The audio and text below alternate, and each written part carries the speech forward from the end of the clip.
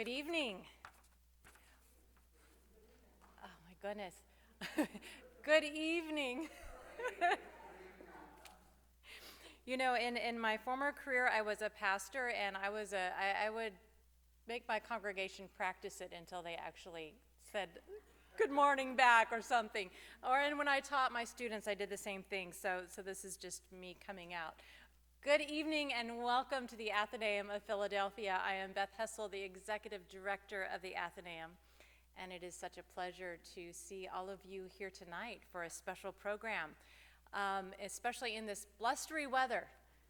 I don't know where spring is, but it's on its way, I hope. We're so delighted to have Marjorie Margolies here with us tonight to share about her most recent book and her fascinating lifetime journey, but we also have someone special here to introduce. But first of all, if it is your first time here at the Athenaeum, I see some faces of old friends and new friends. We are a very special institution that has been around in Philadelphia since 1814, providing access to books and learning and conversation and community for people who back then didn't have easy places to find books, and today may have easy places to find books, but not easy places to find community. And so we are a community of people who love culture and the arts, literature, history, everything Philadelphia, and we love to come together and learn and talk together. If you are new, we invite you to come back again. We invite you to become a member because our community is ever growing. So we welcome all of you tonight. We have a special, one of our special members is introducing Marjorie this evening. Judge Michael Bailson is a longtime member of the shareholder. He and his wife Frances are active users of the Athenaeum. If you need a recommendation on a good book to read, Judge Michael Bailson is the person to ask, and he has asked me not to call him judge, but I'm used to it. My husband is a lawyer at Duane Morris, where he practiced for years, and so if I ever refer to him as Michael, my husband says, "Oh no, you need to call him judge." So Judge Michael Bailson is a really wonderful person who has a long friendship with tonight's speaker. So I want to invite you to come and welcome our guest. Thank you.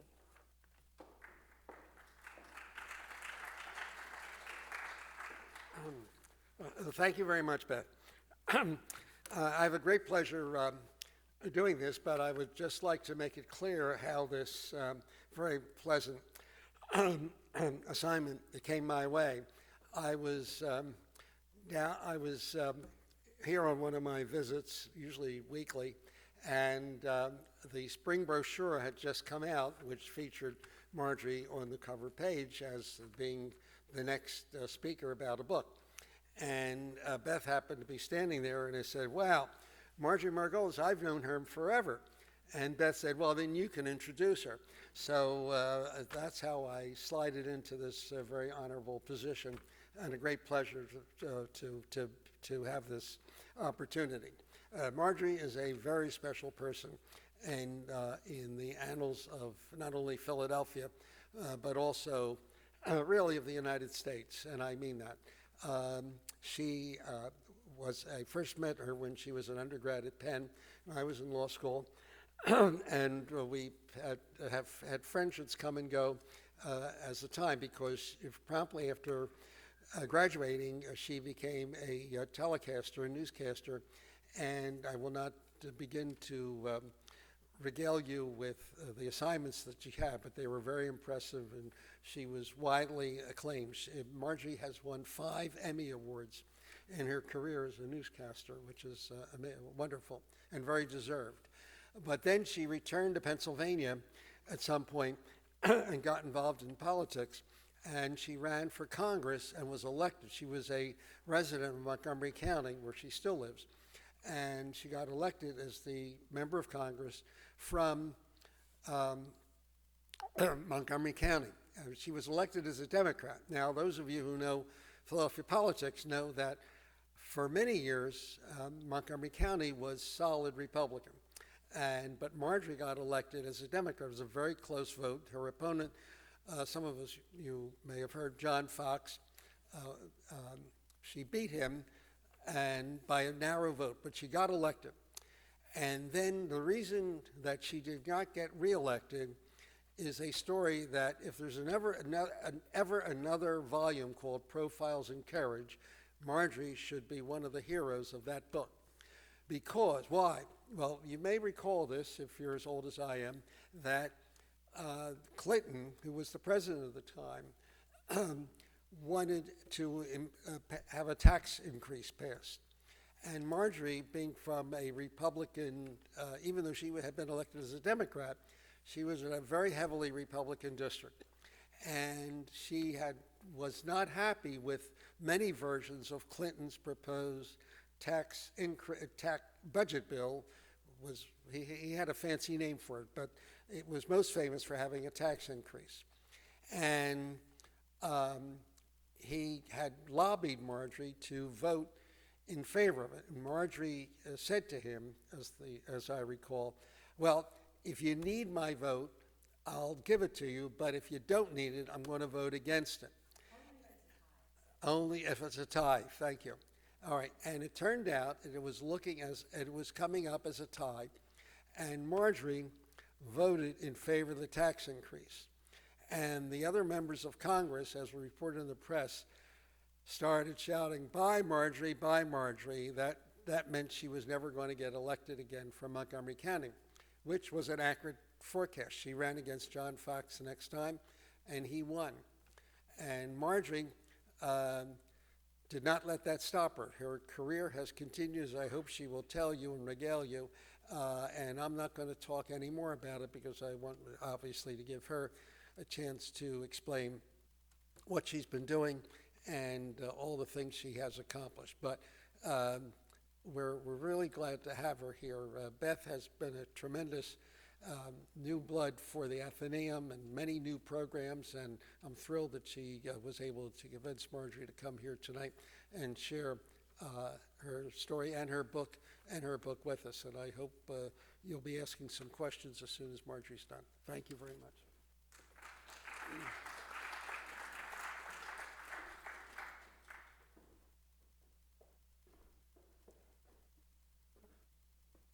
Hello. What I did not say to him, so I will say this, this is totally off the record. What I did not say to him when he said, "What would it take?" was your firstborn. I did not say that. Some of you may know that happened. But also, and where's the book? Tommy, do you have it? The book is, and Sue, my friend Sue, will tell you that I'm going to have a very interesting obit. The book really does sound, you read the praises at the beginning, it sounds like I'm not alive anymore. So forget that, would you? And I want to introduce Candy Stroud, who's trying to handle me, which is not, which is not easy. This is the book. It's called "And How Are the Children?" And it was so much fun when I heard the new superintendent of schools. Did you hear that? When he was introduced, he said, "Let me say, and how are the children?" And then he said, "It's because the Maasai warriors do not say, 'How are you?' They say, 'And how are the children?'" So that's where the book comes from. That's where the title comes from. And it was a really interesting thing, kind of trying to put it together, really. Now, let me give you a kind of Cliff Note version so that you don't have to read it or buy it or anything like that. I was a reporter before many of you were born, and I started to do a series on hard-to-place kids. And I got a little carried away. In 1970, I tried to have, and they did, I convinced my newsroom to let me follow up on a story that I had been doing here on Korean orphans. There were a lot of Korean orphans here through Holt adoption. And I was interested in taking hard-to-place kids, and at the time, and still, and it's correct, most of the hard-to-place kids were African Americans, and they were trying to place them in African American families, certainly not single white families. But I got in touch with a group called Holt Adoption. I don't know if you've ever heard of them. They're in Eugene, Oregon. And they're fundamentalists. They had never dealt with someone like me at all. But I was doing a series. And I went to Korea, and I met a little girl. She was 7 years old. She is now an old person.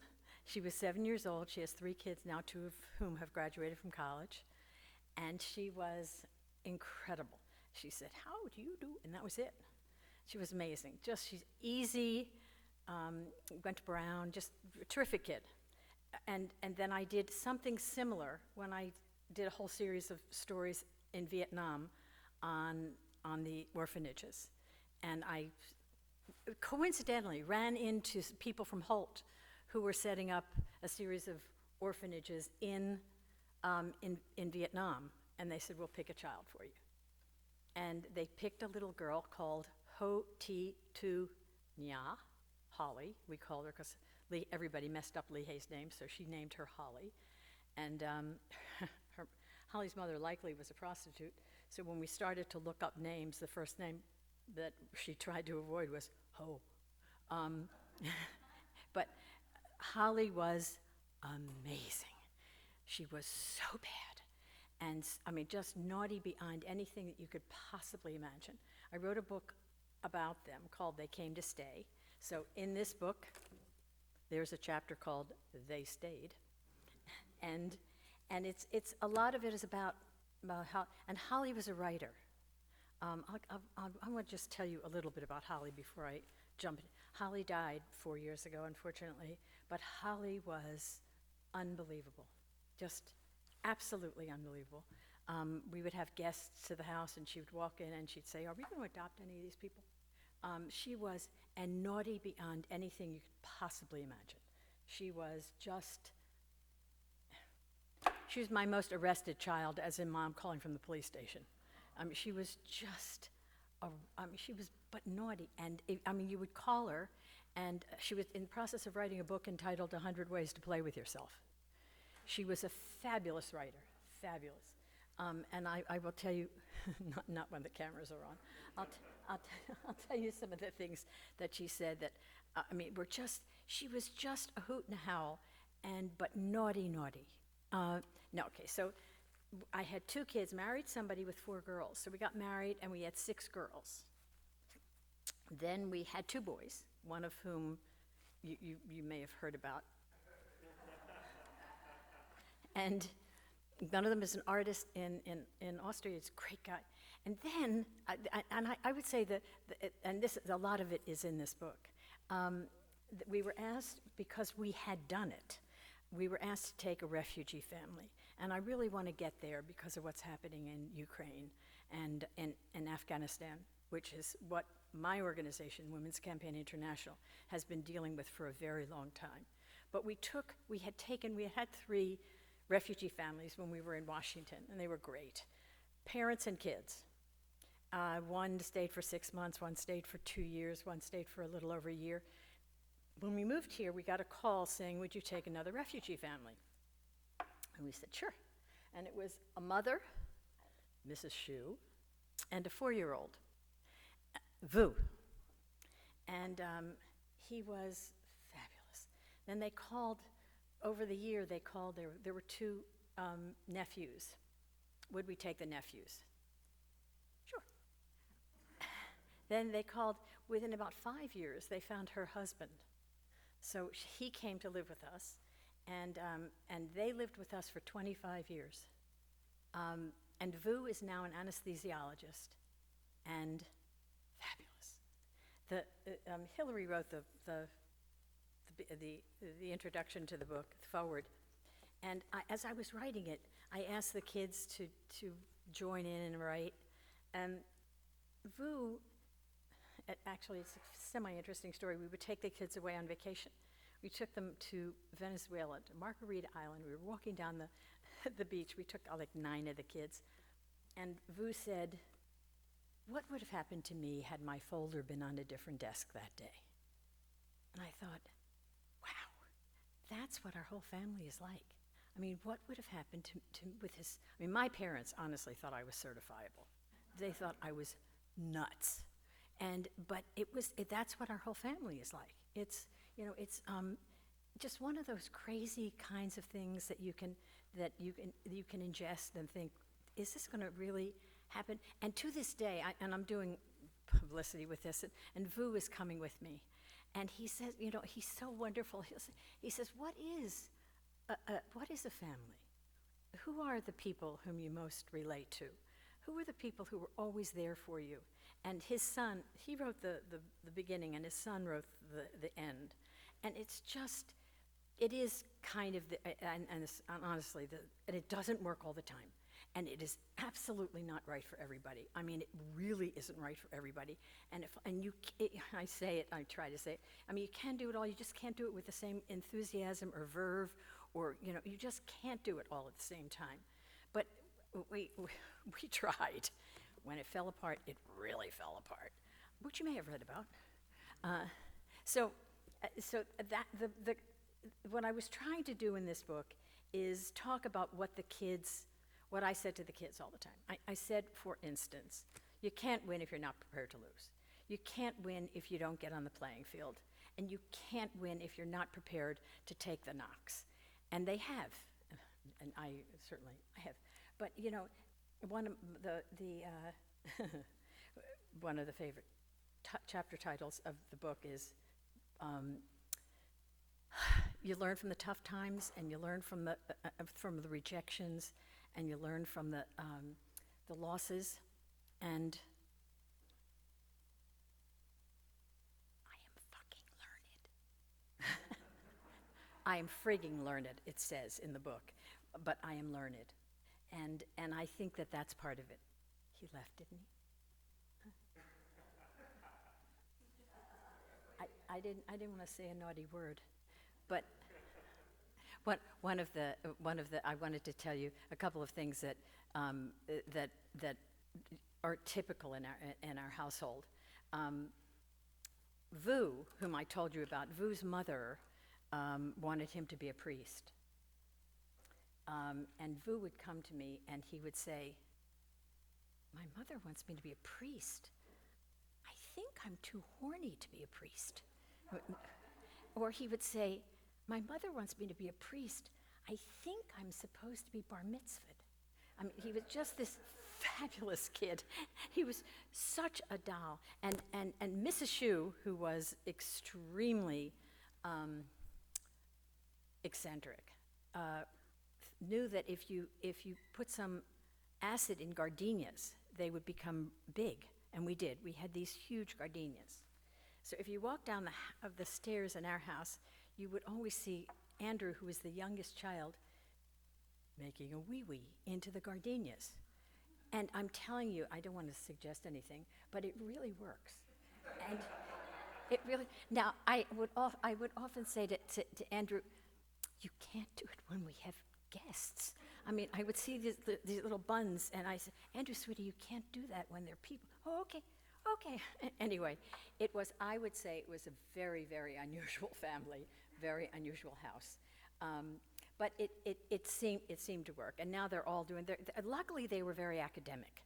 So we were really lucky with where they went and what they've done.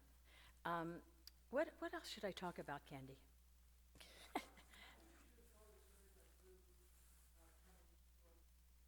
Oh, yeah. Vu and his mom were first in Malaysia as they left Vietnam. It was Mrs. Shu, Vu, her cousin, and her cousin's little child. So there were four of them together. And Mrs. Shu, who she is to this day, very stubborn, said she would not, they were told that they had to swim ashore. It was only about 100 feet, so it wasn't a long, Mrs. Shu, cousin, didn't know how to swim. So she said she wouldn't do it without a tire, period. She wouldn't move. And they gave her a tire, and Vu and Mrs. Shu made it to shore, and the cousin made it to shore, but the little boy drowned. And, I mean, the stories that, you see it today. You see it every single solitary day on the screen. I mean, I think it's as challenging to watch as I have ever seen. And you know, we have been watching this and creating and crafting stories for a long time. This stuff is just awful. WCI, the organization, I was the head of our delegation for the Beijing conference in '95, and when we got back, the White House, they said, we really had to get more women to the table, and created was WCI. Actually, WCI, Women's Campaign International, was started at Annenberg, which is where I teach now. And what we've done for the last many, many years, since 1998, is we train and challenge women all over the world to run for office, to understand. I don't want to make it sound. We don't do a great job at getting women to the table, but we talk about legal literacy, we talk about healthcare reform, etc., and that's what we do. And we've really, really made a difference. We've been in Afghanistan since 2006, and we've gotten a tremendous number of people. We are now trying. Afghanistan is not on the front page, so it's really hard with Ukraine. We're working with refugees from both countries, and some of them are just colliding in Germany, where we're working in Germany and Poland. By the way, the refugees from Ukraine are not as interested in coming here as any other group because they want to go home. They want to stay in Europe. But we're trying to figure out, it's a very complicated issue, very. And we're back and forth. One of the things that we're doing right now is we're trying to raise funds to get, and we're getting them in, to get money into Afghanistan, because the women who worked for us, we got some of them out. We got a minister out. There were 2 ministers whom we worked with all the time. They were fabulous government ministers. One was immediately killed by the Taliban because they were known for helping women's groups. The other one got out with his 6 kids, and we're working with him. The paper problem is huge. The paper problem from Ukraine is unbelievable because so many of the people left without the right papers or don't have them. So that's what we've been doing nonstop, and it is incredibly challenging. I mean, not just because we're talking about countries where the hours are off and we're talking to them at 2 and 3 in the morning, but because it's just, they never dreamed that it was going to be this big. In Afghanistan, the minister whom we're working with, and we all felt this way, he knew for sure that it was going to be about 6 months until the Taliban completely took over. He thought for sure there was going to be time to get his banking in orders, his home, everything like that. It was 11 days. They had no chance whatsoever. So we're trying to work with all of this, and it's very, very tough. Would you ask me questions? You look like a very inquisitive group of people. Or believe me, I can ask myself questions. So, I mean, if there's any questions, please? Hi.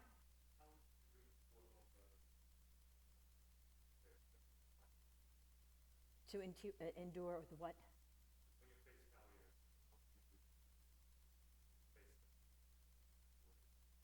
Oh. The question, yeah, the failures? Oh, I'm not sure. I think I was born on a sunny day. I mean, I think I'm resilient. I know I have a long fuse, which really, of course, annoys my children. But I mean, you know, I often say that's just not important, and I really do feel that way. I mean, but I don't know the answer to that question. Can you check with me in a couple of years?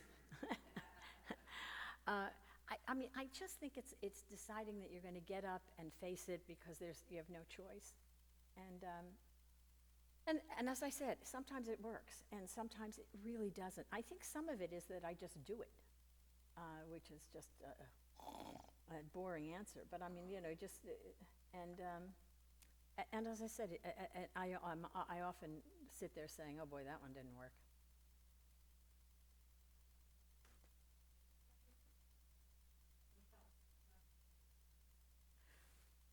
It's seriously of all. Okay, what's the route to getting help into Afghanistan? It's the hardest place we've ever worked, no question about it. And we're talking about some places that I mean, Liberia, we've been in places where, people will say, well, why are you going? What is the, I think it has to do with the fact that we were on the ground with amazing women who were definitely risking their lives to be a part of what we did. Unfortunately, we couldn't get a lot of these people out. We just couldn't. And many of them don't have the papers or anything. Many of them don't have the wherewithal. But the women we worked with were amazing. So we know how to get modest funding into these folks. It used to be through Western Union. Western Union closed it. I can tell you the details. But we are sending in several $100s, not a lot, to the families that we know that are starving. They're in hiding, and we're not talking about uneducated people. We're talking about professors, doctors. We're talking about a lot of lawyers. They're all in hiding, and the situation there is as bad as it gets. And the reaction to people from Afghanistan is nothing like the reaction that we've had from the folks in the Ukraine. And a lot of it has to do with, Candy will tell you too, it's the image. The reaction from people around the world trying to help those from the Ukraine is just extraordinary. A lot of it is image. See the kid in these cute little snow outfits. I mean, they look like our kids. And in fact, most of the people whom we see 3 or 4 months ago were doing exactly what we're doing. Exactly. I mean, they were going to school and they were going, you've seen the stories, you've seen it over and over and over again. And no exaggeration, it's just devastating. It's awful. But we're not going to let the women there. And we've been slowly but surely getting them out. But 2 or 3 or, maybe a dozen, nothing like the number that we could get out in Afghanistan. Yes?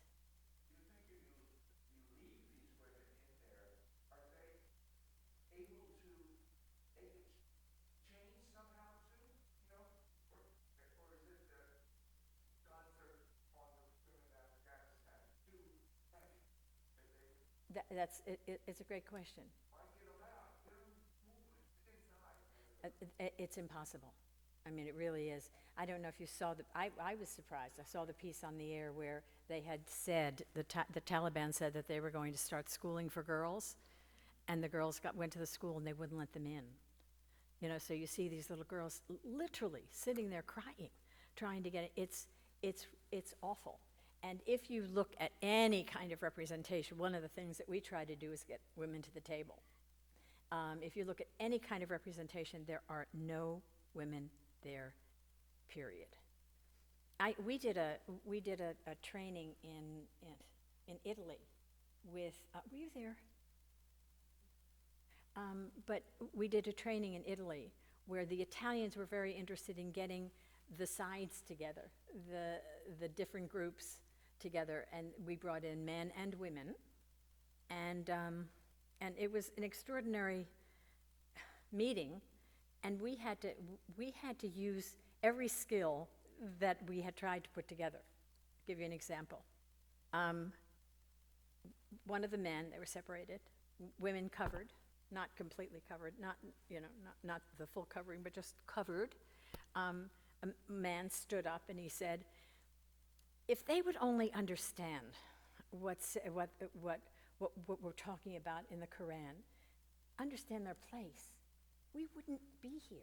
We wouldn't be, just have it. And he went down the list of things that women should know. And, and we, because we do these trainings a lot, the trainers, one of them was Valerie Biden-Owens, Joe Biden's sister, was one of our trainers. And what we want to say is, you've got to be kidding. What we say is, you're not alone in how you feel. You are not alone in how you feel. And then we look at the women and we say, how would you answer that? And they're extraordinary. They stand up and they say, in other parts of the Quran, and then they go through, and it's wonderful. They don't have a lot of chance to do that. But that's the way we do it, and that's what we are aiming to do. We're aiming to say, you're not alone in the way you feel. How do you answer that? Does that kind of answer your question? No.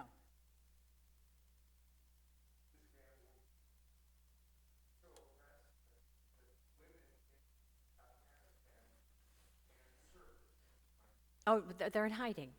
I mean, it's very, I mean, even if you've been there, we haven't been there recently, but they're not on the streets. And if they are, they're all more than covered. Yeah, they've taken a century step backwards. Because, I mean, I can remember when we were there, when the women were all in Western, not all, but many in Western dress. It's astonishing. Yes? Even going backwards, what are your thoughts or predictions about what's going on in this country as far as all of the things going against LGBTQ and women and abortion and trans people and everything else that is just shot way before 1973 and Roe v. Wade? I am absolutely appalled. I mean, we all saw it coming. You know, what does one do? You know, I'm absolutely convinced that Biden was elected because he's decent.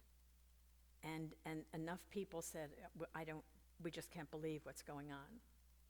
But I think that there are enough people out there who just believe what Trump said, and it shocks me. And, you know, and how the Supreme Court has been handled. I don't know the answer to that question, but I can tell you it keeps a lot of us up at night and makes us just beyond sad. I don't know. I think, and the only thing that I can say about me consistently is that I'm often wrong. I really think that if Roe v. Wade is overturned, women will come out to vote as dramatically as they have ever come in the existence of this country. I mean, I really do. As sad as it is, I think it is the one issue that will. I think the midterms right now will be awful, but if it looks like, or if Roe v. Wade is overturned, I think it puts it in a different ballpark. But I may be completely wrong. I really think, I don't know, it's so frustrating.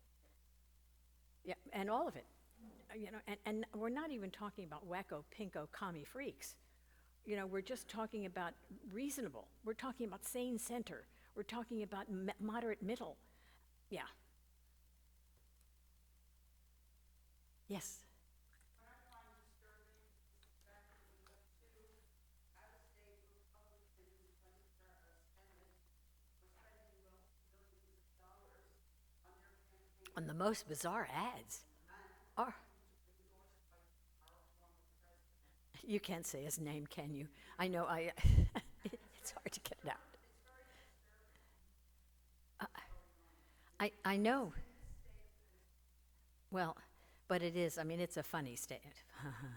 It's a funny state. You know, it is divided and in the, I mean, when I've been running statewide and you see, you know, you go into the center of the state and you see all of these signs that you just can't believe, you know, and I try, although it's hard to be somewhat diplomatic, and I went on a one of these official delegation things to Sudan about 10 months ago, and we're half members of Congress, former members, and half businessmen. And one of the members, a Republican member, came late because he had been at a Trump rally. And I thought, there's just no way. And we were put in, they thought we were much more important than we were. We were put in these cars and everything. And once I was put in with him. And I said to him, and I didn't want to be mean, I said, come on, tell me, give me, as a debater, give me the lines that I can use, you know. And he was great. He was really terrific. And he said, look, I know what is being said. I really do. I know. And this is the thing. And I think I wish he would stop saying this, this, this, and this. But listen to what I think he's done. And I didn't agree with him. But the only thing I appreciated is that's where we should be. We should be talking to one another at that. And when I was there, so long ago, at least there was an attempt to talk across the aisles. That's really stopped. It's very rare. The center is, just doesn't exist. And I mean, you hear the stories of members playing, their kids playing on the same teams and everything like that, and going out to drink or to dinner after. That just doesn't happen anymore. And I mean, it's an enormous mistake, enormous mistake. And that we can look at the voting when there is not one Republican that voted for something that was reasonable. But just because they don't want to show, they don't want to give Biden an inch. I mean, I think that that's incredible. And I'm a Democrat. Yeah. But we're not good at messaging. You know, and bless our hearts, we want to get everything out. You can't, I mean, I semi-teach these things. You just can't give them everything. You can't give them every piece of information. It doesn't work. Figure out what your message is and deliver it. And that's what the Republicans do it, and they do it very skillfully. Are there any Republicans in this room? You are. You've had a great deal of experience in communications. You've been teaching it. You're a telecaster. You've won these awards. At a time when social media didn't exist, and now as we are all experiencing it, what do we do about the lie, if anything we can do about the lies that are on social media? Is that just the price of having this advancement in technology? Do you see any role for government or anyone else to regulate this? I think we have to stand up and say this all the time. And I know it sounds, I mean, when I was a broadcaster, we had the whole day to get both sides. So there was a 6 o'clock, 7 o'clock, late news. It wasn't like it was all day long, especially with the fake news. I think we have to, as responsible citizens, say it all the time, over and over and over again, and not put up with it. And I don't know how to do it. I don't know. I mean, I wish I did. And we've tried. I mean, Al Franken, there are lots of people who have tried to have these, the sane center, moderate middle, not crazy, funny, and it didn't work. So I don't know what the answer is. I think it's extraordinary that we've come this far and it's this negative. What would you think of a legislation that would require any mention or an attack on an individual to require the media that allows Used to be. broadcast to have a, Yeah, we used to have to do that. like you have in the election, Yeah. presidential election? We used to have to do that. I mean, when I was there, we voted for the automatic weapons ban. I mean, it is astonishing to me that we have a country where we can't get a handle on guns. Astonishing to me. And we will not do it. Certainly not in Pennsylvania. I mean, one of your really good friends couldn't do it. Yes, I don't know what the answer is. For me, the thing that is astonishing is that there's this deep-seated dislike and hate and acceptance. And I honestly, anybody have an answer in this crowd? I don't know. But I think we have to go at it all the time and keep the conversation up. Yes? I think that's your role, but you have to live in the District of Columbia if you are in Congress. No one lives there anymore.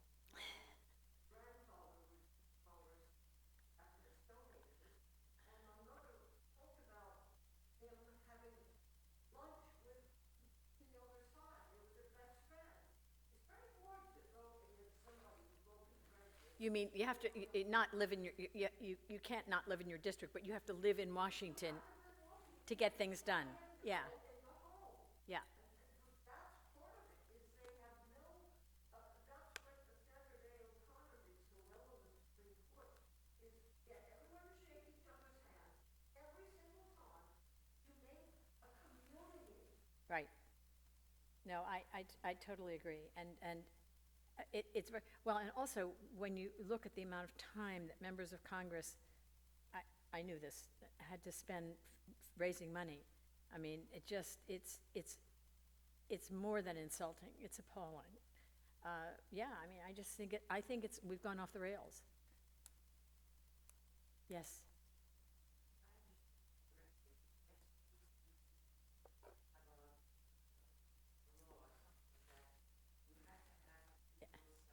Yes. No, it really doesn't.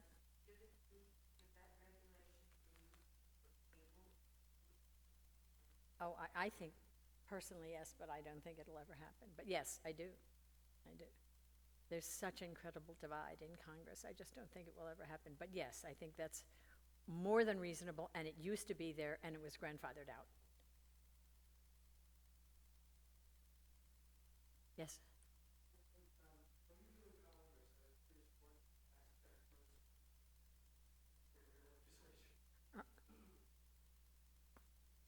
Well, oh golly, do you have a couple of days? First of all, I had to watch myself because I had been a reporter. So I thought that I kind of knew where these people were going, and I really had to stop and say, don't be that arrogant, because I would often not know the direction they were taking.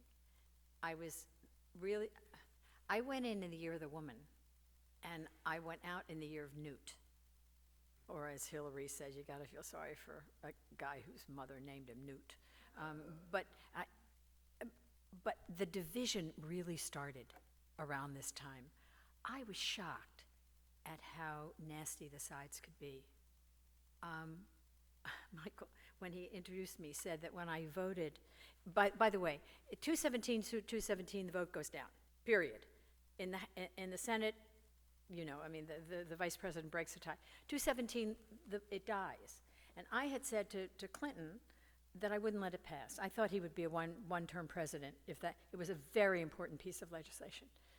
And Michael said that there were members from my own delegation jumping up and down saying, bye-bye, Marjorie. One of them was a guy by the name of Bob Walker. And I looked at him, I thought, oh my God. First of all, he's likely right. Secondly, I really did think he was a jerk. Third, he was a fabulous jumper. I mean, he was just jumping up and down, and I'm thinking, oh my gosh, this guy has missed his calling. It was the weirdest kind of experience, and I couldn't be taken outside because there were too many, camera folks. I mean, I had to be taken under in the tunnels because it was so controversial, and it was just one of those crazy things that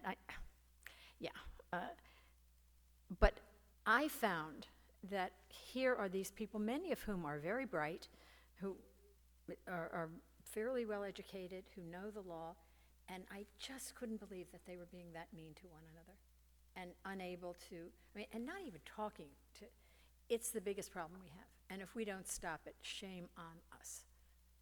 If we don't say to the people whom we're electing, please get along, and I mean it, please get along. And I don't know any other answer. But it just makes me sad. And we travel all over the world. Sue knows, we travel all over the world, and people come over to us and say, especially when Trump was in, really? And you try to be a representative of your country and say, well, there are things that are working, there are things that aren't working, but reasonable people, especially the folks we're working with who are lovely, say the same thing. What is it with you guys? Can't you get along? It's more than, it's embarrassing, it's immature, it's all this, I don't know. Anybody have an answer in this room, please say yes.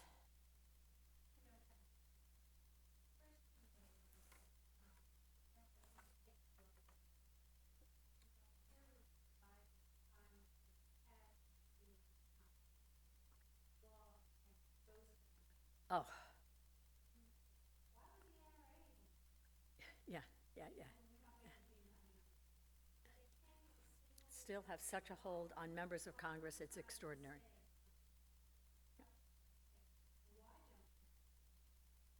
He did, but it wasn't, he didn't say it, yeah.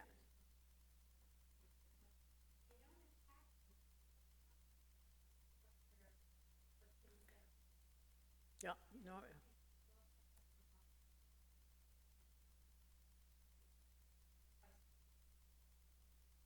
I agree.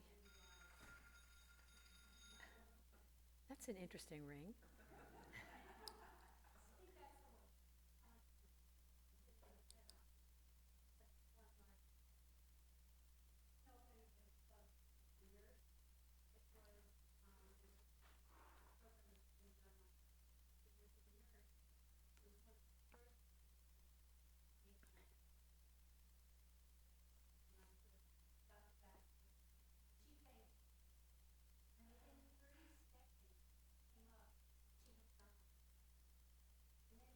From the vaccine, yeah.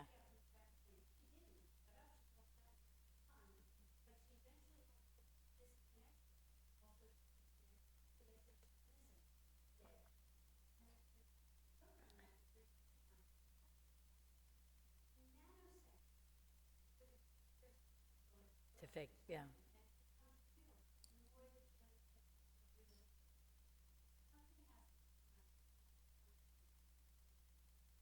Well, I think we have to get together more often and have these conversations. I mean it, yeah. How was it like, 25 years, you said, this family lived with you in Montgomery County, Yeah. next door, a separate place? Oh, no, in our house.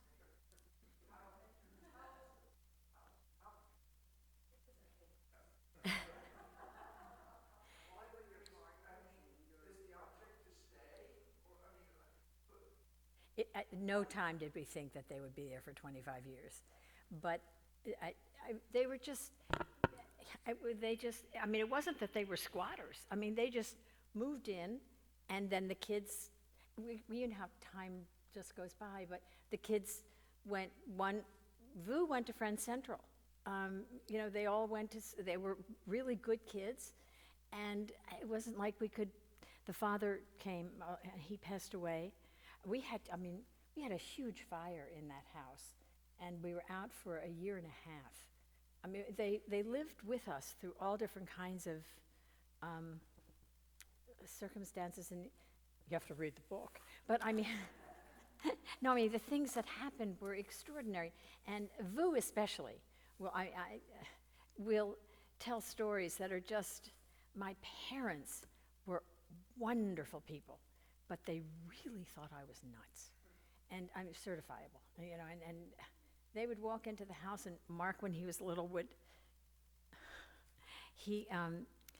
because Vu would squat on top of the toilet to poo, and so did Mark. My mother would walk in and she'd say, "Did you see what that kid's doing?" And I said, "Mom, he's not going to do that when he's walking down the aisle. He'll be fine." It was a very, and poor Andrew, sharing his wee-wee. But it, as Vu says, and Andrew will say it, most of the kids will say it, they can be dropped any place, and they'll be not fine, but they'll definitely survive. But we had no idea that it was going to be that long. We didn't know, and I think especially the kids really benefited from it. It was a very you should see some of their essays to get into college. Yeah, Mark, when he applied to Stanford, talked about the, the peeing in the plants. I mean, I actually heard from some people. The other thing is, I don't, do you know Lee Stetson? He used to be admissions director at Penn. When Lee Hay wrote her essay to get into Penn, it was one of those things that became, I mean, I went in to talk to them and they said they had never, you know, you read all these essays and they said they had never seen anything like it. And I try to end, I mean end, I have an ending to these things.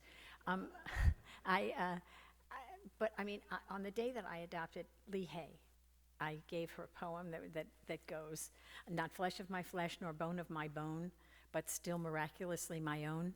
Never forget, not even for a minute, you weren't born under my heart, but in it. And I really do feel that way about all the people in the house. I mean, sometimes I like them less, but I really do think that's, you know, and they'll kill for one another. I mean, they really, really stick up for one another.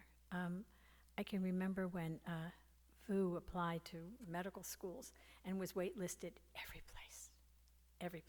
And he did really well, but, you know, and he eventually went to Jeff, and he came home one day, and he said, I'm not going to medical school next year.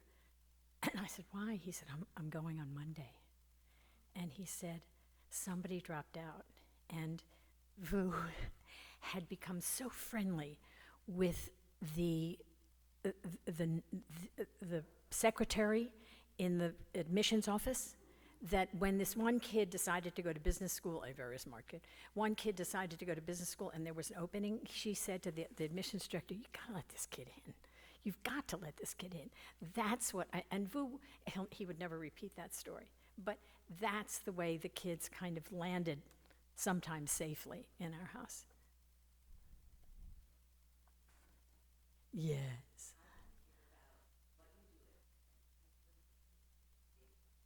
Oh, I.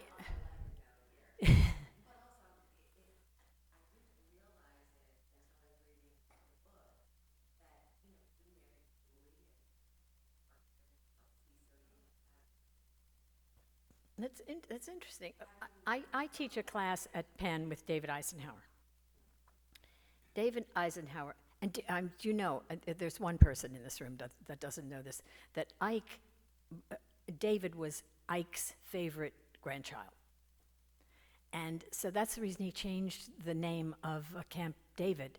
It was Shangri-La. He changed the name of Camp David to Camp David. I mean, he changed the name to Camp David because it's of David. And David is fabulous. He's just, and I've been teaching a class with him since 2000. It's hard to believe we've been doing it for so long. And we take both classes to both conventions. It's incredible. It's just incredible. And he's wonderful. And the kids talk, as you can well imagine, the kids get to talk to everybody. The class is about 15, it's small. And we couldn't do it for the last several years. So we've been teaching mainly at Penn, and it's the first 100 days of Trump, first 100 days of Biden. And the kids are great, it's wonderful, but it's David that makes it. I mean, David is just incredible. Yes.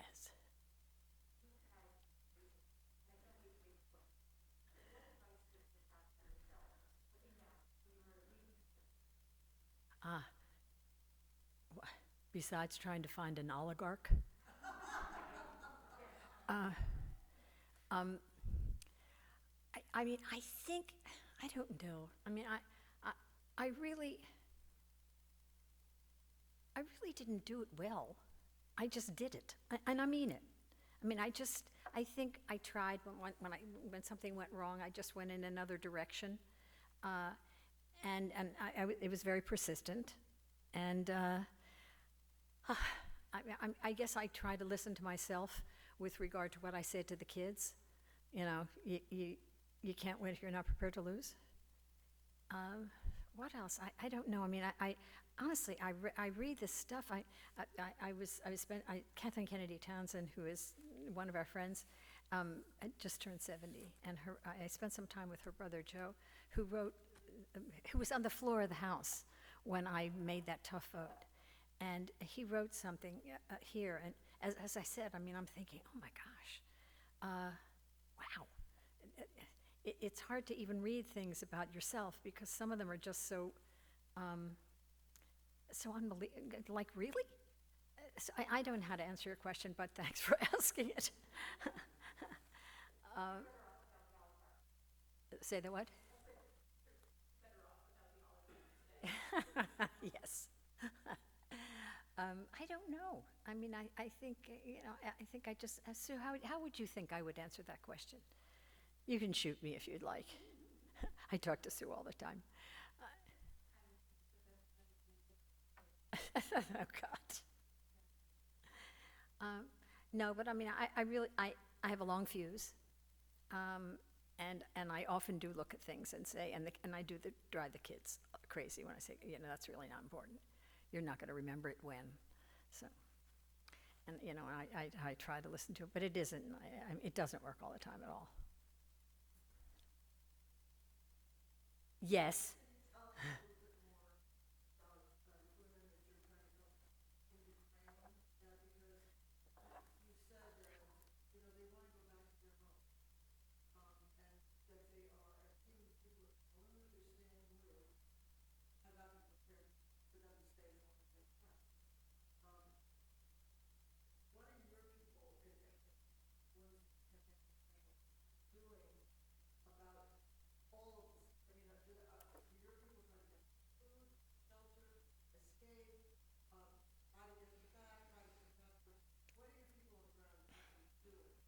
But I mean, we're really in the midst of putting all of this together.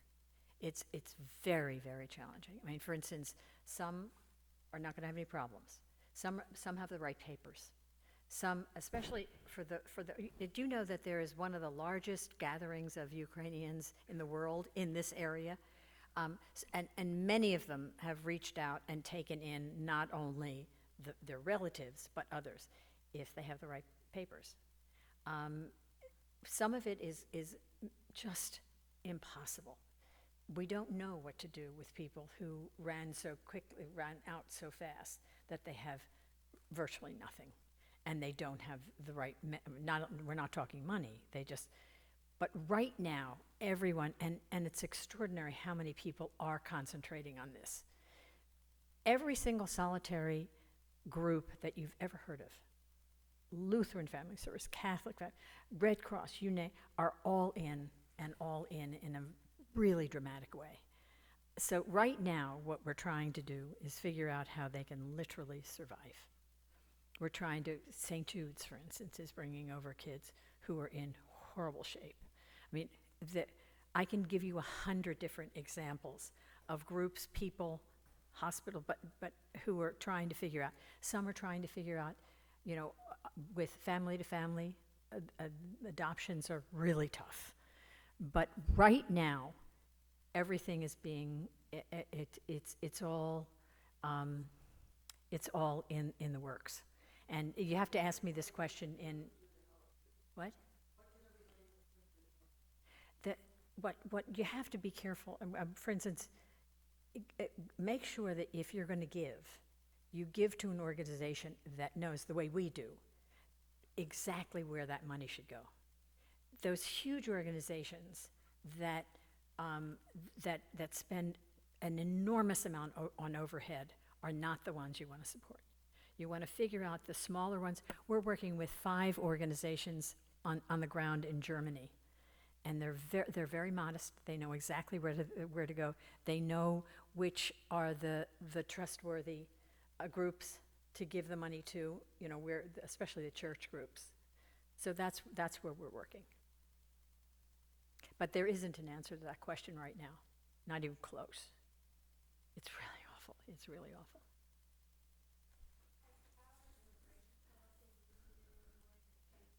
Oh,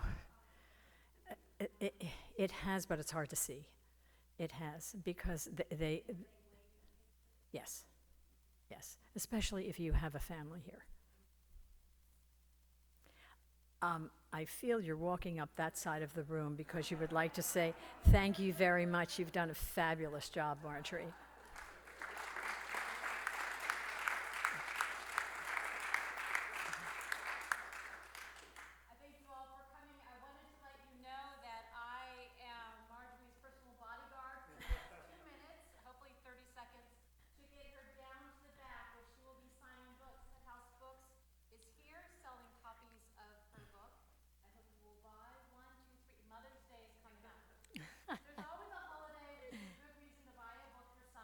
And when they're signed, they're really valuable.